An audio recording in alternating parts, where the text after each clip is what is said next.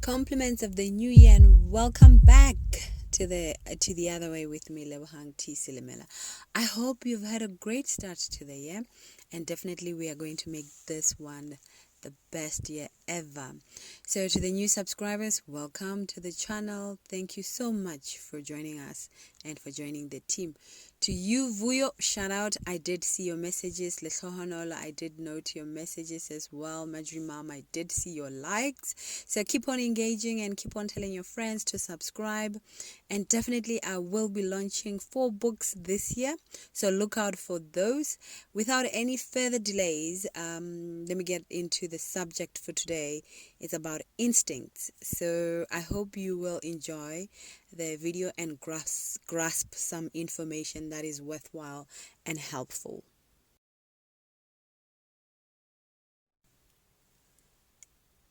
Trusting your instincts. Human nature is infinitely complex.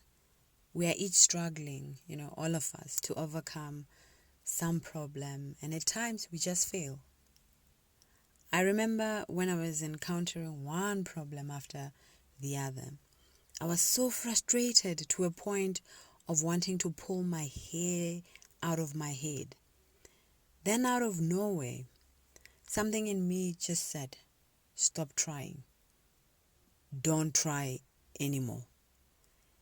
At first, when that feeling emerged, I felt defeated. Like, what the hell? What the hell? Why must I stop trying?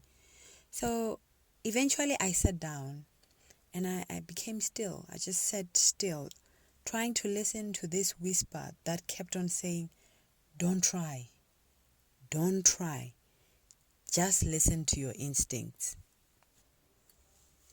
What I've come to learn is that an all-wise creator, what I call God, has placed in each one of us a marvelous reservoir of courage, energy, and wisdom that many of us seldomly use. This reservoir is your intuitive sense. Like a dynamo, your instincts, using your intuitive sense, of course, can furnish the power and drive of your life. Learning to trust your instincts is paramount for any lasting success.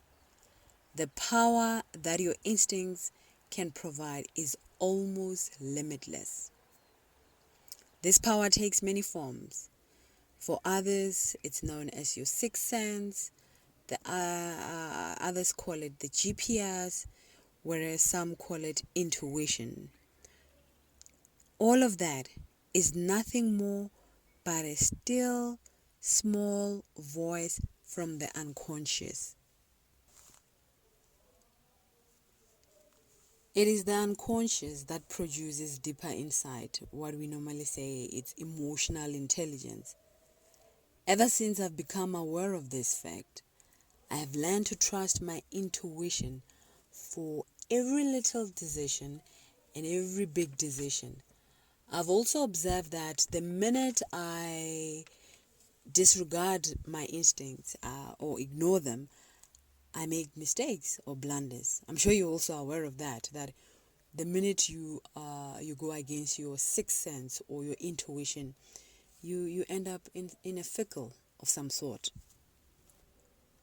On the other hand, some don't even use their intuitive senses because it is either blocked by stress, depression, frustration, tension, anxiety, or by the equal destructive emotions of fear, guilt, hate, even sustained anger.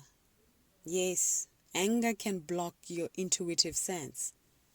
Daily, people are fighting furiously on the conscious level to solve their problems. And guess what? They are rendered so desperate by the failure that emotionally they short-circuit themselves. In response to that, this video seeks to teach you how to trust your instincts and how to use your intuitive senses. Some of you might have reservations because you're afraid of the uncharted region within. But just remember that fear is based on ignorance, nothing more. So there is no need to be afraid.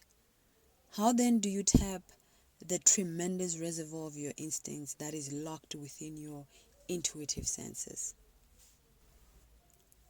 Firstly, you must be prepared to develop habits and attitudes that will unblock and deepen the channels between the conscious and the unconscious mind. This will allow your intuitive senses to flow. Secondly, trust and believe in the hidden power within you. A religious minister might say to you, have faith in God. A psychiatrist might advise you, have faith in your unconscious, your intuitive sense. Well, as I see it, there is no conflict between the two approaches. I see them as one idea expressed differently. What both the religious minister and the psychiatrist are encouraging is that you should trust in the power from within, because really therein lies the voice of reasoning. The third point is that just take a moment and ask yourself, how many times have you gone against your instincts only to find yourself at odds with the flow of things? Now, to readjust yourself, you have to be willing to surrender to your intuitive sense. You have to get rid of the notion that you can run your own life and solve all your problems without help from any source. It's just not possible.